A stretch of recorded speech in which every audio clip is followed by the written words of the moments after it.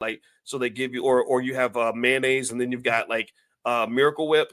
Like she's kind of like the Miracle Whip of politics, right? The fact that they work so hard to make her into one of us is just absolutely fascinating to me, because what it really says is that we will do backflips and cartwheels to get someone who is like you, but we don't actually want you.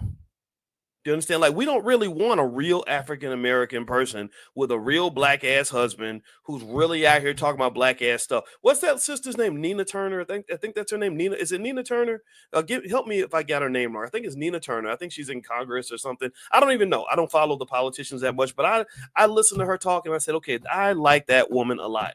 I really do. I like her because she's supporting Kamala 100%, but she is also defending black men and supporting black people. She's really got a beautiful balance, in my opinion. The kind of balance that I respect, the kind of balance where you got a woman who says, hey, brother, I don't agree with you, and I'm going to share my point of view in terms of why I don't agree with you, but I love you more than I love these damn Democrat and Republican parties. Like, I care about my relationship with you more than I care about my relationship with Joe Biden and Kamala Harris.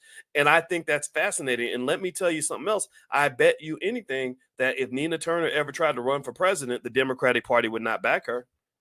How much you want to bet? How much you want to bet? They would not support her.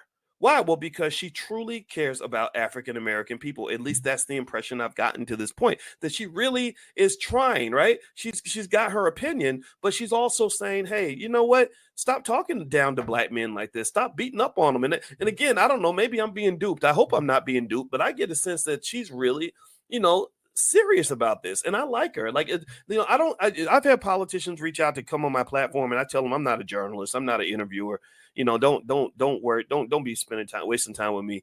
But there are a few people where I say, okay, let me make an exception for this person. Dr. Cornel West was one. I had him on, and his vice presidential candidate Melina Abdullah. I did not get reached out to by the Trump or Harris campaigns, but I'm glad they didn't waste their time, because I would have said no. The Kennedy guy reached out. I told him no, thank you. I wasn't interested in that. And it's one of these things where now Nina Turner would be an exception. I would bring Nina Turner in because she seems like a politician that really cares.